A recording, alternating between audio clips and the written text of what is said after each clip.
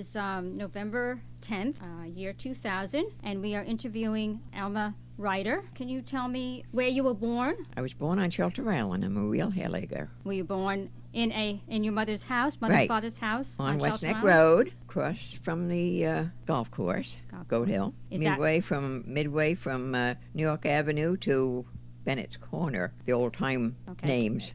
What year were you born? I was born in 1916. And your parents were? My mother was Augusta Schweinsberg, and she married Elmer Brower. Did you have any brothers or sisters, or your only child? I had two sisters. And they were? Martha Klenowickus was oldest. I was next, and my sister Elsie Odell lives now in Florida. You went to school on Shelter Island, then? Right. I started kindergarten. I made kindergarten in Greenport. Uh-huh. Then I came to Shelter Island, and I lived down in Cartwright Town with an aunt. Went to school in first grade. In the spring of 22, I went to live with my grandmother up on West Neck Road, the other end of West Neck Road, across from the Condons, or next kitty corner.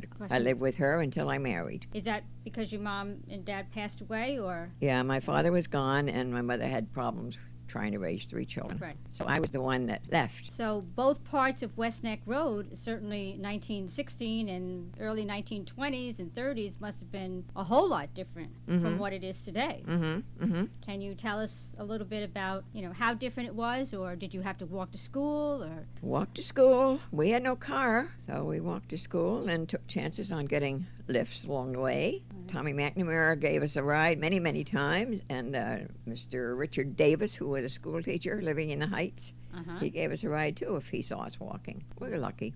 Yes. Did you carry your lunch to school? Or? Right. And to this day, I don't like sandwiches. I can imagine. The winters must have been different too then. We had cold winters, but we still made school every day. Did you go away to school after you graduated from high school, or? No, I took telephone training, and I can tell you, the first job they put me on was the midnight shift. I had to walk from West Neck down to the Heights, where the reporter's office was, at midnight, and I didn't do it. I never worked the job. I took the full training and never worked the job. No. Then I met up with my husband and I got married. Well, instead of working for the telephone company, where did you work when you were a young girl? In the hotels. I worked in Shelter Island House. I worked in the Oxford Hall a little bit, and I worked at Monadnock Grove. Waited on table, did bedroom duties, etc. You and your husband, and what was your husband's name? What year did you get married? He was Howard Ryder. We got married in 1937. And you have two children. Two children. And they are? Melba, born in 1938, and Charles Howard, born in 1939. Do you remember things? You must have lived through the Depression. Can you tell us some of your experiences of that period of time? I know things were tough. Yeah. Things were expensive. We didn't have money. Can I say this? If it wasn't for venison, many times we wouldn't have too much food on the table. We didn't have meat like they have today. Right, Mel? You had scallops, clams. Did your husband... He worked around the water mostly. That's what I was trying to get at. He worked for Bill Condon when we first married on a golf course. He also worked down at Westmoreland Farm for a while, but they were summer jobs. Then in the wintertime, he'd go on the water. Yes, venison was a mainstay. That was a mainstay of life. You devised different ways of cooking venison to make it, palatable and... We did. My kids used to... I shouldn't say kids. We're going to have pork chops tonight. Oh, good. Next night they come in. What are we going to have tonight, Mom? We're going to have lamb chops tonight.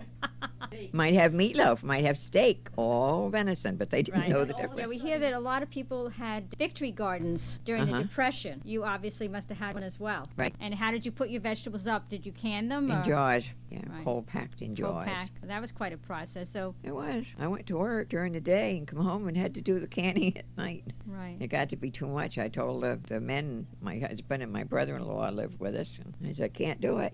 Next year, don't put so much garden in. I can't do it. What was your life like in a woman's point of view? Woman's place was in the home. But you did go out to work, you said.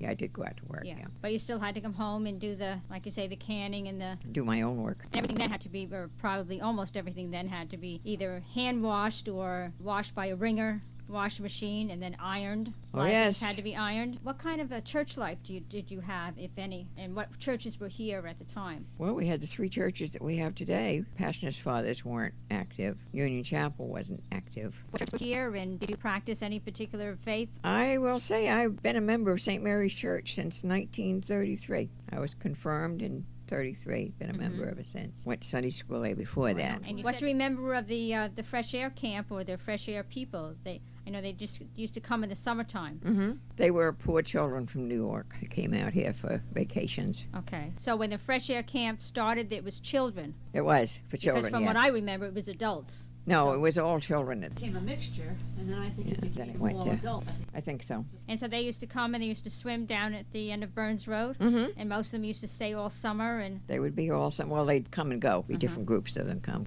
maybe a couple weeks at a time. Oh, I remember when there weren't many houses on Ram Island. There was one up on top of the first hill, and I remember the first one down in Silver Beach was a log cabin. Look at the houses now. What a difference! was Ram's Head in there? No. That wasn't built Just the yet. one house. One house up on the top of the hill. What do you remember of Becker and Weber Estate on Nostrum Parkway? I worked in both of them. Tell us something about what you did or about the family themselves. I will say that I worked in Mr. Becker's house, opened it in the spring. The Weber house, I did most everything, right from house cleaning, laundry work, chambermaid work. I said I would not cook for her and I would not serve her meals. Now, were you Ended up doing book work. I worked there for over 33 years. 33? That was my second home. She came out one day to me and she said, Elma, would you like to have this? She had a framed picture of the house taken from the front, from the waterside. I said, yes, Miss Weber, I'd love to have that. I consider this my second home. I love to hear that. She was a lovely person. Well, I thank you very much for your time.